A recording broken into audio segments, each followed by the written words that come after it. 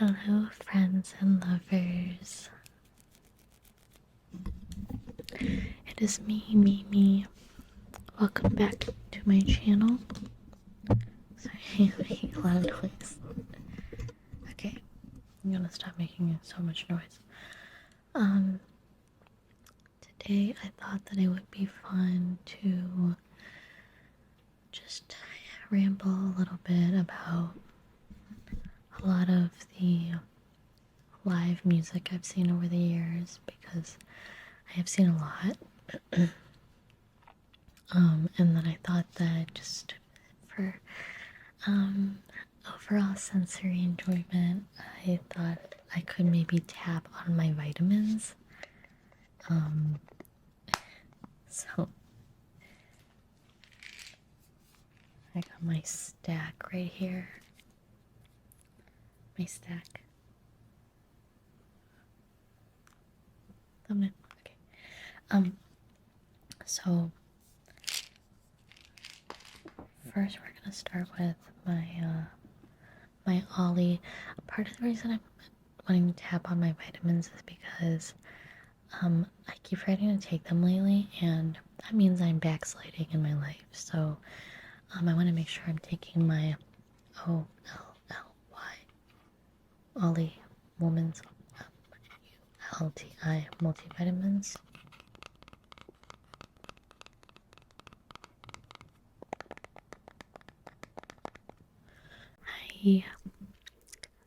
Sorry, the video, it will get back to the original video I filmed, but I did have to insert this clip post filming, because some recent events happened that I did not foresee while I was filming the original video. The original video is great. I'm talking about Pitchfork Festival, which I went to a couple weeks ago, and other stuff I've seen. But when I made the video in question, I did not know at the time that I was going to be seeing one of the biggest bands on my wish list unexpectedly. So I felt that the video would not be complete without me talking about that experience. Yeah, so please excuse my appearance, by the way. Pembath, please excuse my busted ass face. But okay, so basically, let me tell you how it all went down. So last week, I like to keep notifications on for venues. These are my tips and tricks for how to always see the band you want to see and always be the first to know when a band is playing. Okay, so I got a notification that Deftones were going to be playing a surprise show in my city of Chicago. I got that notification 2 days before the show, and they put out this information 1 hour before ticket sales. So at 10 a.m. on a Tuesday, I believe, of last week, I received a notification that Deftones were playing in my area at the legendary Metro, where they, I believe, had played before in the 90s. And they were giving 1 hour for people to collect their funds, rally their troops, make their plans, etc. So I was one of those people. I freaked out, obviously. Deftones has been on my list for a while to see live, but they are difficult to see because they are a much coveted band and they've been around for a long time. And they're kind of timeless because I feel like at every point in time they have like had a resurgence. They have so many loyal fans and they've had so many resurgences. So So yeah, I knew I needed to get tickets, and so if you're ever looking to get tickets for something like that, like if you need tickets to like Coachella or like something really big, something super K-pop. I know K-pop shows can be pretty what's the word? Cutthroat to get tickets to and stuff. If you ever really want to get tickets to something, do not try to get it on your phone. I had friends who were trying to get tickets for this show on their phone and they failed. You have to get on a laptop, you have to hop on a laptop, and you have to be ready. And I will tell you, like, when I had it on my phone too, just to see, just in case. And as soon as the page opened, it said that there were over 2,000 people ahead of me in the queue. 2,000. And this venue has a max capacity of, I believe, 1,100. But that was on my phone, so on the computer, it said there were 908 people ahead of me. So, like, I was doing my affirmations. Like, I believed that I was gonna get tickets. So, indeed, I did get the tickets. And a lot of people didn't. I'm very blessed. I'm so blessed for every show I've ever gotten to go to. But yeah, so okay, and then so the day came. I'm just gonna describe my whole experience. So the day came. We showed up. Me and my friends showed up. Probably like I think doors were at 9 o'clock. And the show was at 11. And the band Fleshwater was opening for them. So I believe doors were at 9. I believe Fleshwater was supposed to play at 10 o'clock. And then Deftones would come on at 11 and go until like 1:30 or something. I might be getting this wrong. But yeah, so we were like, okay, let's try to get there early. And there was like a merch pop-up and stuff, but I just didn't have time. Like I was working and stuff, and I just didn't have time to go to the merch pop-up. I was like hungry and like getting ready and stuff. Pre-gaming, all that jazz. So I think we left the house by like 7:30 or 8. And we got there pretty soon. And there was already a line down the block. And that was fine. Like at the end of the day, like we had other friends that showed up like way later and we were still all in the same spot in the venue. The Metro also is a nice venue for like an intimate show, even though it has 1,100 capacity. They have a balcony and then they have like the main stage, so you're able to be like pretty close to the stage, like no matter where you are really in the venue. So that was awesome. So yeah, so we got there and we saw Fleshwater perform and they were really good. I think I maybe saw them perform before one time, but I think I was like hungry and I like went to go eat a soft pretzel or something, so I didn't get to see them. Or if I did, I only saw part of them or something.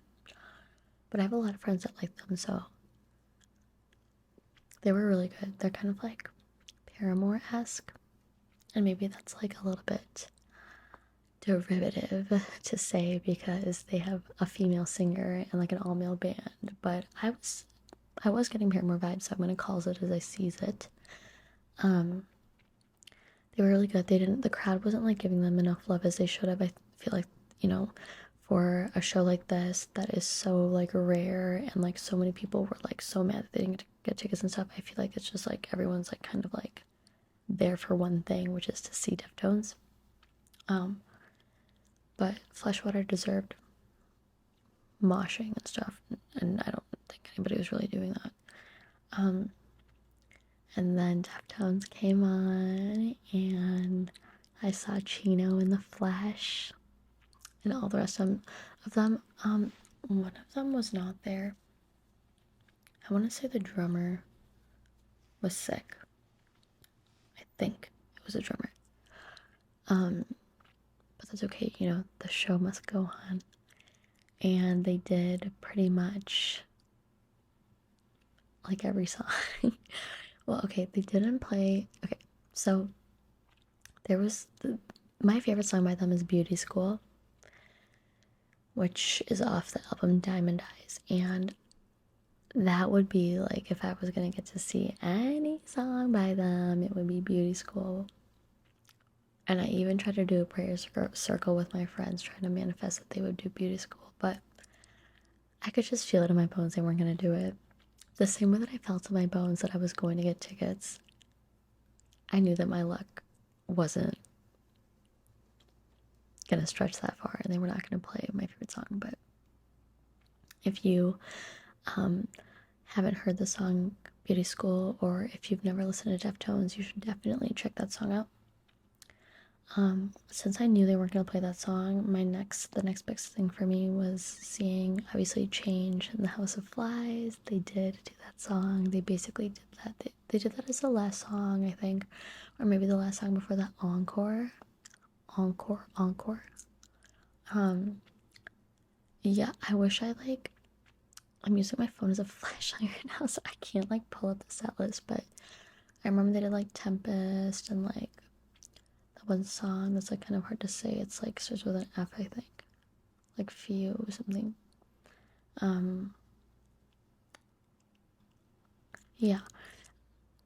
I also need to mention, like, yes, I saw Deftones last Thursday, but then I also got to see them again on Saturday because they were at Lollapalooza.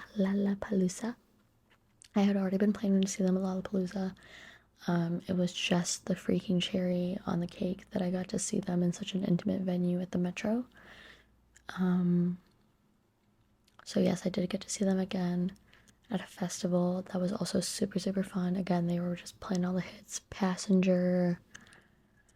Like really blanking on the names right now. I'm really tired, but you can check out the set list if you want. They were just rock and roll jamming. I'm trying to remember like other stuff to say.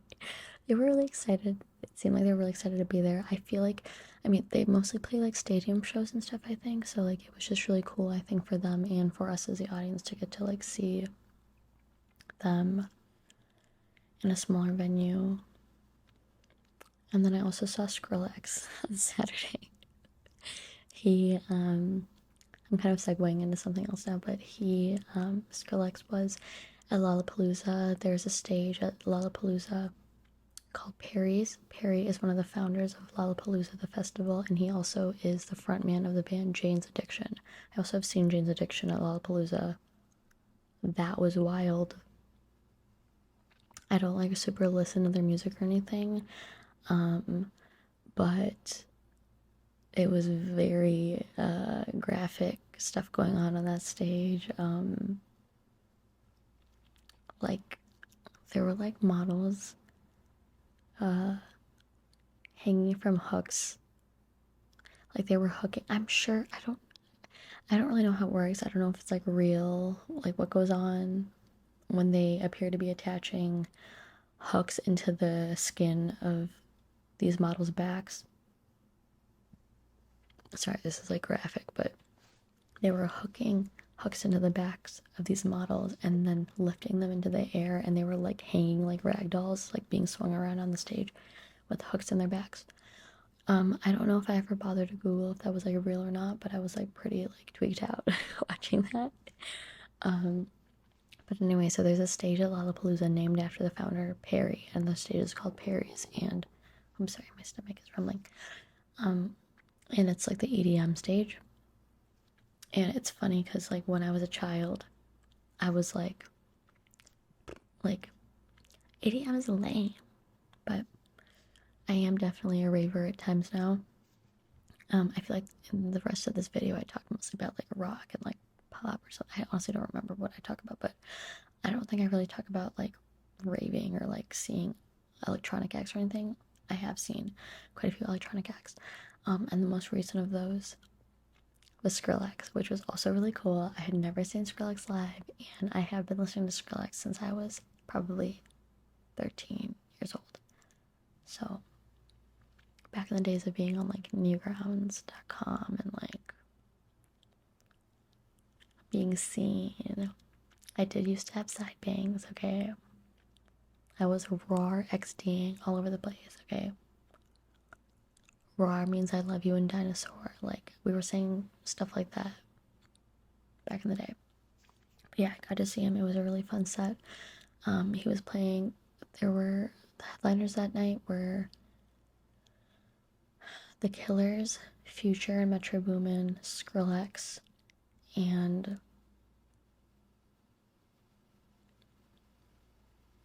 I'm sorry, I can't remember who the fourth one was, but whoever it was, I was not even considering, I think, going to see them. The Killers, I do like The Killers, and I've been listening to them since I was a child, but I just, like, wasn't, I don't know, like, I think The Killers have soured for me a little bit after hearing them at, like, on every outing. Having to hear Mr. Brightside is a really good song. I used to listen to it so much as a child. It really invoked emotion in me. It is a beautiful song, but I just think it's soured for me that I have to hear it everywhere I go. I did from afar as I was running across the festival. I did hear When You Were Young from afar, which was really cool. I would have liked to see that song live. But I also wanted to see Future and Metroboomin, but I got to see them at Coachella last year, and that was already really cool. Like, they brought out so many people. They brought out The Weeknd and 21 Savage. I was really hoping they would bring out 21 Savage, and they did. And I can't remember who else they brought out last year, but Don Toliver, I think. But I wanted to see them again this year, but I was with my best friend Nicole, and she loves to rave, and she was really excited about Skrillex, and we were just dancing so hard. I just, like, did not have the heart to be like, hey, do you want to go to a different stage? Also, just for context, like, Lollapalooza is a huge festival. Like, you probably, maybe you already know that, but, like, in a lot of the rest of this video, talk about Pitchfork Music Festival. Chicago, we're very blessed, has a lot of music festivals, and Pitchfork is a very small, chill festival. I love it. I literally just go, like, this past time, I one day went for the music and another day kind of went just to, like, hang out, because it's so small that you can just, like, walk around basically and, like, talk to people.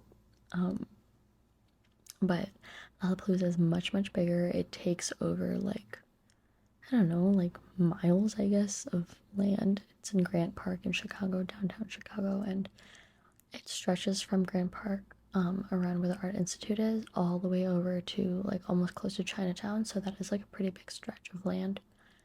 And it takes a lot of energy out of you to get from stage to stage. It takes a lot of walking, you know. If you decide that you want to, like, watch one artist and then another artist, like, you have to really plan accordingly and, like, sprint basically to not miss too much of either set. So yeah, I, like, didn't have the heart to tell my friend, like, hey, let's, like, skip the rest of the set and, like, walk all the way, like, to the other side of the festival to see Future and Metroboomin, because I'd seen them already.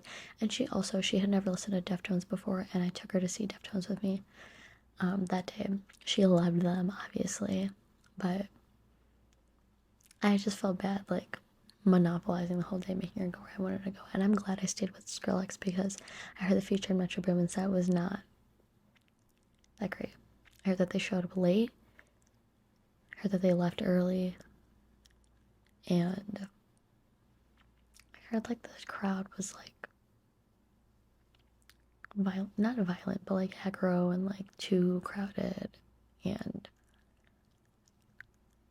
a little unsafe seeming.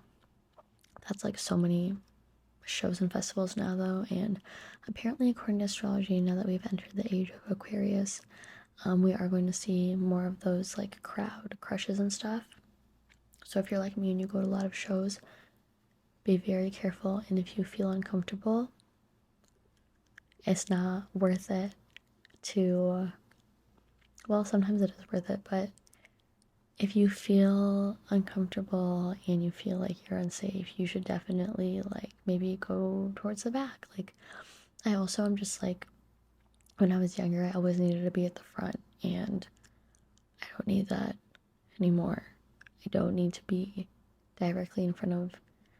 I was like at the rail for like Red Hot Chili Peppers one year. I really don't need to do that anymore. Flea was like doing handstands and backflips, which was cool.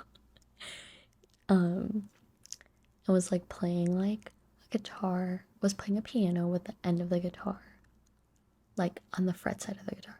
That was also cool. But at this point, I prefer being in the back because I do dance and I like to flail my limbs around. And you can't do that as much when you're in the front. And I'm also pretty short, so like I can't really breathe or see if I'm near the front. So please, please, please be safe. Just thinking if there's anything else I want to say before I cut off this little segment of it into the video. Skrillex was super fun, and I got to see Scary Monsters and Nice Sprites live. And I just never thought I was gonna get to see that song live. It was really cool, especially through like the beginning of the set, throughout the set before I actually played it. Like he kept transitioning songs with the yes, oh my god, little sample sound of the girl screaming, and that was I just thought was like a cool little touch. He had taken over the stage for the entire day. That's what I was talking about earlier. The stage is usually called Perry's, but I think Skrillex's real name is Sunny, and so the stage was called Sunny's this year, which I thought was kind of cute. They kind of let him like curate and like handpick the stage all day. I'm trying to think of like who he had. I know he had Kenny Beats, who I think I've seen before, so I wasn't like super like prioritizing it. I showed up at the end and he was playing like very like standard, like not like us Kendrick and like I don't know, just like radio stuff. But I heard that the first half of the set was more like he was getting experimental and stuff with it. But yeah, I thought it was cute that Skrillex got to kind of curate the stage and like name it after himself, and he had a surprise opening set the morning when the festival started, and then he closed out headlining it, and it was really fun. And on the EDM stage, they always have like fire shooting out near the front of the stage and stuff. I saw DJ Snake some years ago too, headlining, and same thing. It was like I was way closer then because I was a teeny popper who was trying to be in the front, so they had like fire and stuff coming on. You could like feel the fire, which I kind of liked actually, even if I was already like sweltering. A lot of people, Lollapalooza has such a bad stigma at this point. Like it's mostly for the teeny boppers. I actually went, like me and my best friend Nicole, she brought her little cousin who's 17 and like all of her little cousin's friends, so we were kind of like chaperoning them a little bit. It was their first time going to Lollapalooza, and I think their first time going to a festival. But I didn't mind at all. Like we were just having fun, and I don't mind. After going for like 10 years or something, I don't mind like guiding other people to have a good time their first time. I hope it was memorable for them. We also saw TV Girl. They wanted to see TV Girl, so we went with them. I am not a TV Girl fan. Lovers Rock by TV Girl. I've heard that song too many times. I never want to hear that song again. So, but of course, as fate would have it, I did get there just in time to see them close out with Lovers Rock. I didn't really see too many other people that day because I showed up pretty late, and I don't know, I've just been taking like more of a chill approach, I guess, this year. I've just been trying to like have fun and not put too much pressure on anything. So I was okay with mostly just seeing Deftones Part 2 and Skrillex that day. But yeah, a lot of people here hate Lollapalooza. I think only, it is mostly like freaking like 14-year-olds. They're all wearing Bulls jerseys. But I still think it can be fun, and I honestly, like, now that I'm rehashing everything, I'm feeling sentimental and missing it, and kind of sad that the weekend is over. I only went for one day, but I don't know, it kind of closes off festival season. It's already August. Okay, anyway, I will let you guys get back to the rest of my video. I am gonna go the freak to sleep now. I am very tired, and I hope that you have an amazing rest of your day, and let's get back to the rest of the video. So the reason I thought about doing this video is because I just went to a festival this past weekend, and that is Pitchfork. P4K Pitchfork. I have been to Pitchfork Music Festival maybe like 3 or 4 times now. But I've been to many other festivals as well, many times over, and I've been to a lot of live shows as well. This past weekend at Pitchfork, I only had purchased a ticket for Friday, and that was so I could see Jai Paul. If you know Jai Paul, then you know Love and Light. He has a really interesting story. First of all, he's immensely talented, and he makes kind of like, how do you say, like, kind of maybe like experimental or electronic type of music, and maybe a little ethereal as well. I don't know how to say that, like chill, I guess. Lo-fi, chill, hip-hop beats, maybe. Not really hip-hop beats as much, but and his story is really interesting because he about 10 or 11 years ago now, I think it's been 11 years now, he was making his album, and his laptop got stolen somewhere in like London, I think. His laptop got stolen, and the person who stole his laptop found his music that was not yet finished. They were just, demos. And this person released this music on the internet, leaked it. They leaked his music, and it's so amazing because his music is so good, and it wasn't even done. By the grace of, who knows if he would have even dropped any of it, I don't really know if he was famous up until that point, or if he became famous because of those leaks, but that happened 11 years ago, and then he just has always been a very, low-key, private, kind of hard to get a hold of type of guy. Hard to get to listen to his music. I want to put some lip gloss on. Should I do a new what's in my bag video for you guys?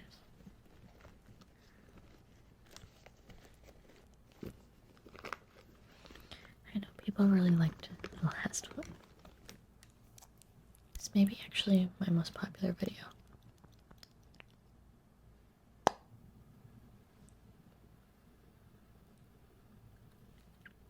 I left my favorite lip oil in a friend's car, so I'm using what I don't like as much. Anyway, what was I talking about? Oh yeah, so Jai Paul, yeah, so he was a very, private guy. No one had ever really seen him much. He doesn't really drop music much, so, all we really have is this, these demos that he didn't even mean to be heard. But we're so blessed, that somebody leaked them, to be honest. No offense, Jai. But anyway, he was there at Pitchfork this past weekend, and I am lucky enough to say that it was the second time I saw him. I got to see him last year at Coachella, and that was his first ever performance ever in the history of time, which is cool because it had been 10 years since his music had been leaked, so I don't know what made him choose to finally feel comfortable to perform live. getting to see him live the first time on his first ever show was seriously like transcendent. It was so magical. He was like, of course, like, you know, you could tell he was nervous, but at the same time, he just kept like, you know, the crowd showed up for him and he kept like breaking into this like radiant smile of just joy and like astonishment that people were like there to see him, I think. And he kept like laughing randomly too, I think, just out of like shock and like delight, you know, that he probably was so nervous and people were so supportive and happy to see him, you know. So that was really, that was a very special moment in my life to get to see him perform for the first time. And it was also special to see him this time around at Pitchfork. Pitchfork. And I got to see it with some of my cousins and other brown people. He's brown, he's Indian, I think. So it was cool getting to see him with other people who feel maybe represented a little bit. So that was really cool. Who else did I see that day? I might have to like pull up the, you know what, I have this.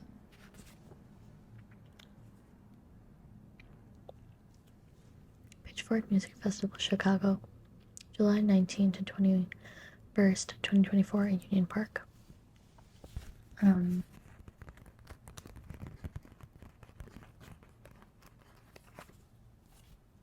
It's got like,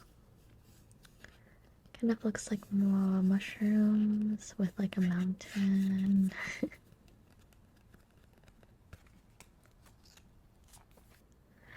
Okay, so this just has like rules and regulations stuff, but then we have the set times. So I went Friday, and I did take a half day that day, so I could go early-ish. I meant to get there to see Billy Woods and Kenny Segal. Billy Woods, I believe, is a rapper. I haven't listened to too much of him, but my friends like him. Then I got to see Yaeji, who is like kind of an electronic, like she's Asian, she like makes like kind of EDM, like techno kind of music, I guess. I don't really know much of the difference between the different types of electronic music. But she's kind of fun. Like, you probably have heard Rain Girl by her. Make it rain, go, make it rain, make it rain, go, make it rain. And then, it's a girl blunt. I only smoke girl blunts. It's a good one. Oh, and then 100 gecs. The people in my comments that call me Unk and stuff, you know who you are. I did see 100 gecs, so for all the Gen Z 100 gecs lovers out there, I did see them, and this was actually not my first time seeing them. This was maybe my second or third time, actually. I have never been, sorry, I have to catch my breath. I have never been a gecs girl, but this time around, I gotta say, first of all, I knew way too many people in that gecs crowd, which I think reflects this company that I keep. Or maybe it's just like because Chicago is that type of music scene, and the people in 100 gecs are like from Chicago or around Chicago or something. There's like a famous tree that's like their album cover that's around somewhere. My friends have visited it. But yeah, if you don't know 100 gecs, they are this very, very loud, abrasive, I believe it's called hyperpop, and it's just very, very loud, and was never really my cup of tea. But seeing them live this time, there was a lot more like rock influence in some of the songs that I had like thus ever really noticed or like realized about them, and so that was like really fun to listen to. And my cousins surprisingly love them, and they're older than me, and they kept saying that it reminded them of like 303 and like some of the stuff they listened to in their childhoods, which I'm just like really surprised about, because I really thought that most people above the age of like 25, I didn't think that they would like 100 gecs. I don't know, maybe I was just projecting on how I felt, but I definitely am gonna want to save some of their songs now that I heard them because it was actually kind of good, even if it gives me a little bit of a headache sometimes. At the same time as 100 gecs was Sudan Archives, but I didn't get to see them because they were clearly at the same time as 100 gecs. But they're cool. I saw them open for Tame Impala at his, what is that album called? Something Rush? I should know this. Like the Slow Rush or something, I think was his album, his latest album. Kevin Parker. So I had already seen them open, so yeah. And then I saw Jai Paul, and then Black Pumas were the headliners, but so many people had left by that point. I would like to have a word with the people that get chosen to headline, because I think Jai Paul should have headlined that day, and a lot of people think Hunter Kick should have headlined that day, but it's not up to me. I think it should be. If you have any power in these things, you should totally hire me as something music related, because I swear I will do a good job. But yeah. Okay, well, this video isn't supposed to just be about me going to Pitchfork this weekend, but because of that, I will say, like, I did see Sudan Archives open for Tame Impala, and I saw the Slow Rush tour. I am not, I have seen so many live shows, but I don't go to tons of stadium shows. I don't have the money like that, and they are just so expensive, and they kind of feel like a scam sometimes, because if I'm going to a live show, I don't really want to sit. I want to be in the pit, and being in the pit costs so much money. So that's why I try to just see people when they're not at stadium shows, like if they're at a festival, or you know, before they get so big that they have to do a stadium show. I have seen a couple of stadium shows in my life. Tame Impala, I did go and I did sit. I'm not sure if I've ever been in the pit for a stadium show. So yeah, I was kind of bummed when I saw Tame Impala, because it wasn't. I just want to be in the, like, watching everyone in the pit get like confetti rained upon them on like his last song is like not that fun for me if I'm sitting down on the side, you know, like I want to be in it. But the other two stadium shows I think I've been to, well, I saw Kanye. I know he's a sore subject, but I did go at some point during Donda, but like it wasn't even, he wasn't really performing music. It was like the whole thing where there was like a burning house.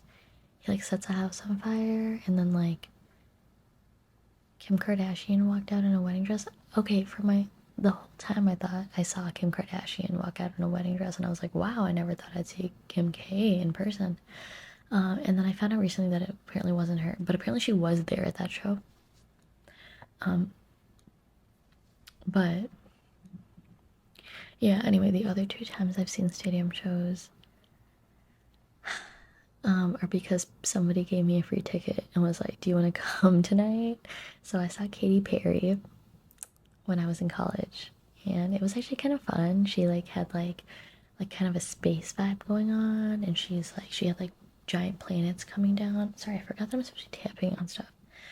This is my vitamin D. I drink this. Really good for you. If you're a girl, I think everybody should be taking their vitamins, but especially if you are a lady, you should be taking your vitamins seriously. Like, we have so many deficiencies. You need vitamin D, you need iron, all of it. Anyway, the Katy Perry concert was cool. She like came down on these like giant like planets, and she was like on top of them and stuff, and that was cool. And I distinctly remember her performing that one song that's like, I don't want to start singing right now. Take me, take me, lift me with your love and fill me with your poison. Your hand, your touch so foreign, it's supernatural. It's called ET, Extraterrestrial. I distinctly remember her performing that song because it was so weird. The what they had going on stage, there was like this like big alien freak, like seriously like a huge like alien monstrosity that was like she was kind of like getting like sexual with it. And yeah, that was interesting. That's all I'm gonna say about that. Yeah, and then the other stadium show was again somebody was like, "Hey, do you want a ticket to this? I'll give it to you for free." And so I saw Ariana Grande, and she also had like a planet, like space, outer space setup going on, and it was really pretty. I like Ariana Grande. I would say out of the pop girlies, maybe she's my favorite. Who are the other pop girlies? No, seriously, Sabrina Carpenter. I'm so sorry. I know everybody loves Sabrina Carpenter, but I don't like Espresso. I don't like that song. I don't really understand why other people like it. Like, seriously, like, I'm not trying to be a bummer. I'm happy for you if you like it, but I'm definitely surprised at how many people love it. Like, I think it's very just like your basic average pop song. I don't think there's anything particularly like anything about it that's popping out at me, but just my opinion. Um, but yeah, I think Ariana Grande might be my favorite. I think I probably have more songs saved by her than most other like pop, this day and age of pop girls. Oh, my light came up. Okay, sorry, I have no idea how to get it back to the way that it was. But anyway, I like Ariana Grande. I was a big Mac Miller fan. Rest in peace to the boy. And so I was invested kind of in their relationship when I was in college and stuff. And yeah, I think she has great pipes and I like a lot of her music. So that's how I feel about that. But yeah, anyway, okay, so I didn't get to go to Pitchfork on Saturday. I really should have, but I ended up not. And I specifically really wanted to see Jamie XX of the XX, the duo. He makes kind of electronic music, techno kind of music, but kind of esoteric. I feel like a lot of the techno or electronic music that I listen to is very esoteric with it, so I don't really know how else to describe it other than that. They just do weird extra stuff with it, I think. But yeah, I didn't get to see him. I have yet to see Jamie XX live, which is a bummer. I should have seen him last year. I missed it. I should have seen him this year. I missed it. But then Sunday, I was fortunate enough to get offered a ticket. And it's funny because I was like kind of bummed out. When I woke up on Sunday, I was like, I have nothing to do today. Like, I guess I'll just sleep all day and watch TV. And luckily, a pal of mine offered me a free ticket. So I am blessed to have gone to go. And I got there pretty early and I saw a rapper called Maxo. Maxo. Not to be confused with the rapper Maxo Cream, who's a whole different rapper. He was cool. He was very chill vibes. Cool beats. And then I saw Mannequin Pussy. They're cool.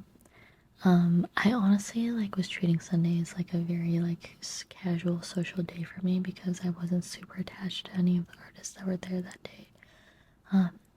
And I kind of been on a bender since Thursday, so I was just trying to chill and, you know, say hi to anyone I bumped into. So I did see Mannequin Pussy, but it was kind of low key. They also like, I don't like it when artists come to a venue or a city or a festival and try to cater it to what they think people want to hear. People are going to want to hear your most popular stuff and they're going to want to hear your classics and your old stuff and all that stuff. That's what people want to hear. Mannequin Pussy, I think, because they were coming for Pitchfork, I think they felt like they had to get like more indie with it. And so they were doing a lot of like their chiller stuff and it's like, we want to mosh, you know? Like, don't play some, like, Edward and the Magnetic Zeros, shiz. Like, if you're known for stuff that we can mosh to, you know? Okay, my iPad is about to die, so I'll try to keep this short, but I could talk about this for a really long time. So yes, I saw them, and then I saw Grandmaster Flash, who's like, he was not doing a great job, and that's all I'll say about that. I think he's like a DJ or something, like from a while back, and all respect to him, but he wasn't doing too much up there. Then I saw Crumb. I saw a little bit of Muna. I don't know who's in that band. I'm not like a big Phoebe Bridgers kind of gal, and Muna is apparently like a little bit adjacent to that, so I wasn't really into that, but I did see Crumb. That was cool to see Crumb live. I've never seen them live before. Then I saw Brittany Howard, but I've seen Brittany Howard live multiple times, I think, before. So I was getting pretty checked out by that point. I was very tired, and I was kind of tripping a little bit, so I was done. And then Alanis Morissette was the final headliner for Sunday, and I did not stick around for that. All due respect to Miss Morissette, but I was not around. So that's who I saw this last week. I have been to Lollapalooza, Chicago, for like it's probably gotta be like 10 years or something at this point, man. I maybe skipped like 1 year in the last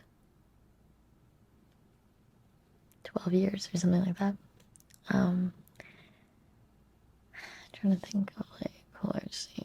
I don't know, I remember my first Lala, I saw Childish Gambino. This was in 2014, so I saw Childish Gambino and I saw Chance the Rapper, and those were both a really big deal to me. And I got to see Cage the Elephant that day too. So that is, in 2014, that meant a lot to me. And it was pouring rain, and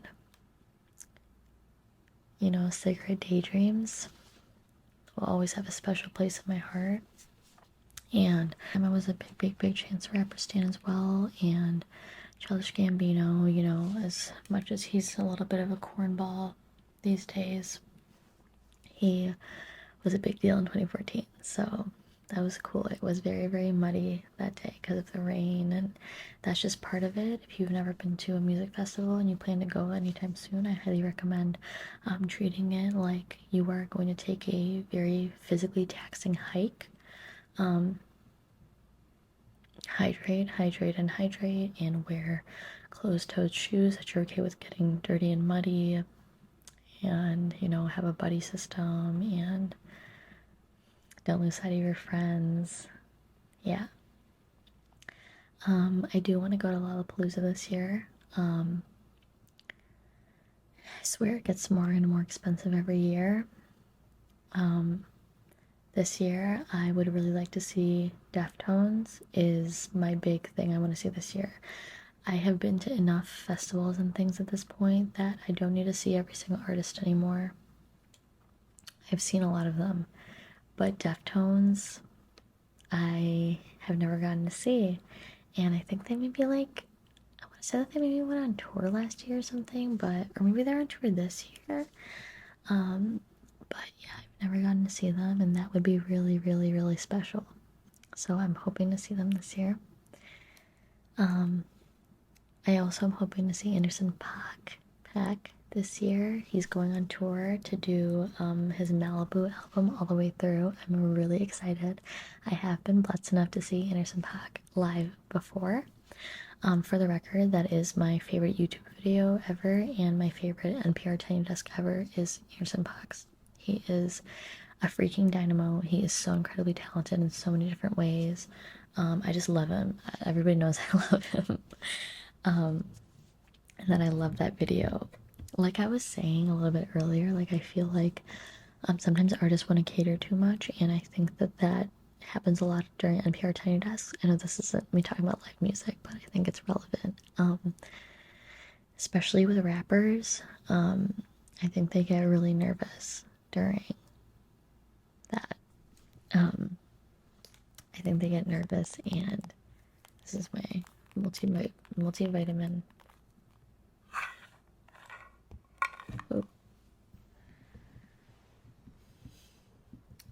I think that rappers in particular get very nervous during NPR attendance because they are really out of their element, and they, you know, it makes sense because like when you imagine the room from their perspective, it's like everyone at NPR Digest like all like scooted into the room staring at them in their like office wear, and probably the majority, you know, Caucasian, my guess. And I feel like they get really scared and nervous, and like you can see it when you watch it. Like if you watch Chances, like he got so nervous he like read a poem but then had to like stop and start the poem over. And like Tyler the Creator, you can tell he's so freaking nervous. A lot of times they wear sunglasses to hide how nervous they are, or they show up high like Mac Miller. I don't really like watching Mac Miller's. I think he just seems really high, and it was like a little bit too close to his death, and I feel like you can tell that he's like maybe not fully there. But Anderson .Paak's is like, seriously, if you haven't watched his Tiny Desk, even if you don't listen to him, wow, just wow. You can tell he's nervous in the beginning, but like he just starts easing into it, and then at the end when he asks for song recs suggestions and he finds out that they want him to play Suede, and he's like, we don't even normally play that one, and he gets so into it, it's just like I never get sick of it. But I have been fortunate enough to see him live as well, and I saw him for free one year at House of Vans, which is a secret gem in my city, and he is just like a radiant being. I think, even if he, you know, cheats on his wife all the time. Not saying that it excuses anything, but I just love him. Anyway, so yeah, I hope to see his Malibu tour this year. I'm really, really, really excited for that. I love that album. And if you ever get to see him live, if you live in the United States, you should totally go see that tour. I'm just thinking here and there who else I've seen. This video is already pretty long, but I'm just going to look through Spotify really quick. I still have to do my Duolingo today. My Duolingo.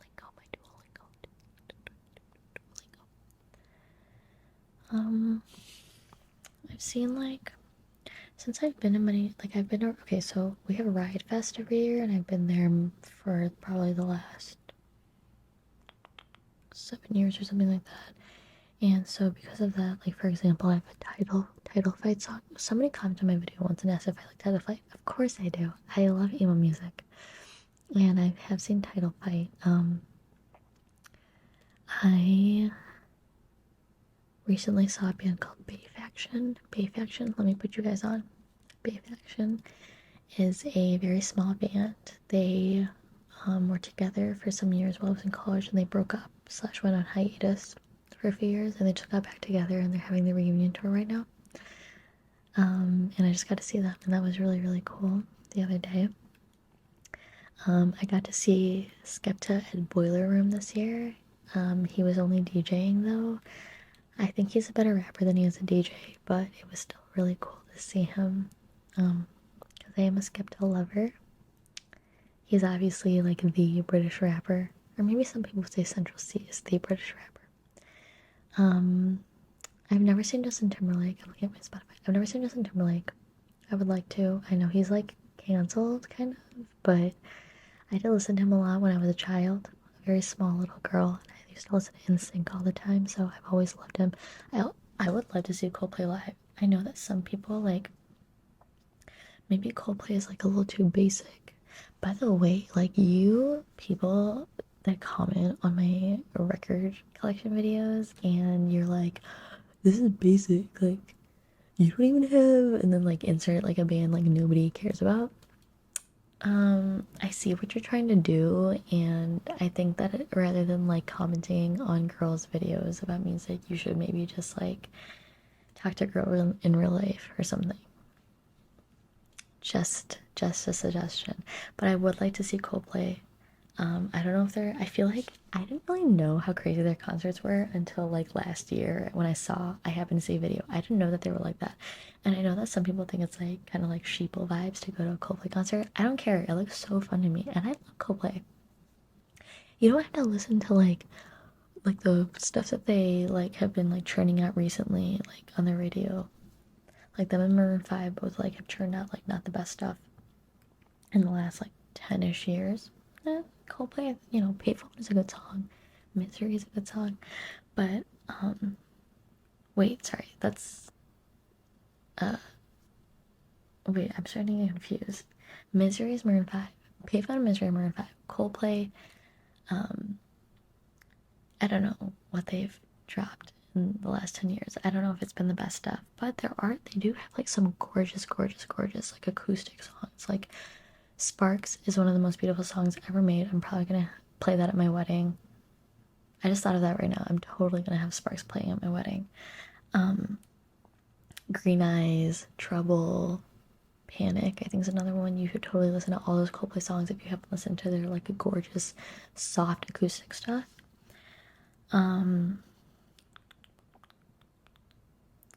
Just looking at like recent stuff that I have been listening to.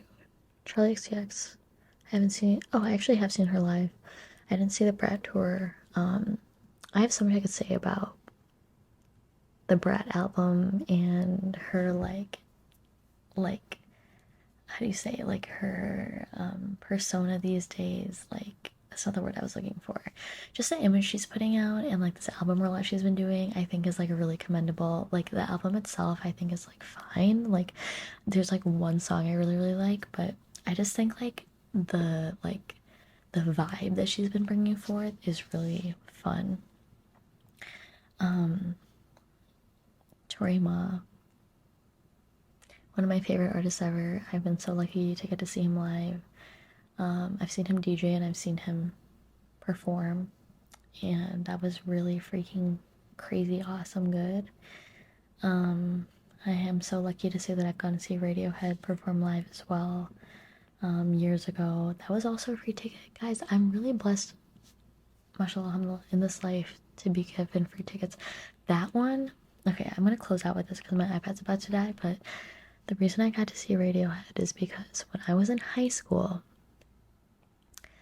my cousin's boyfriend or husband or something, whatever he was to her fiance at the time, he was doing something for Radiohead. He was like passing out like newspapers for them or something for the King of Limbs album rollout. I still have my King of Limbs newspaper somewhere. And I, like, my cousin so graciously was like, do you want a stack? She had like hundreds of them in her closet. She's like, if you want some, you can have them. You can give them to your friends. And I was like, oh my god, thanks. Like, this is the coolest thing ever. I was like, I'm 16 and this is the coolest thing ever. And so I take them to school. I think I had like maybe 5 total. I kept a few of them for myself. And then I took them to school. I gave one to my crush. Duh. And then I gave one to a girl. Her name was Emma in my art class. And I didn't know her super well, but I knew that she liked Radiohead.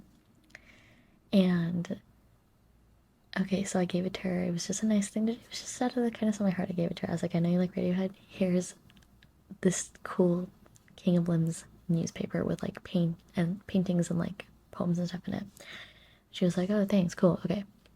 We weren't even really that tight. It's not like, you know, I wasn't keeping in touch with her or anything.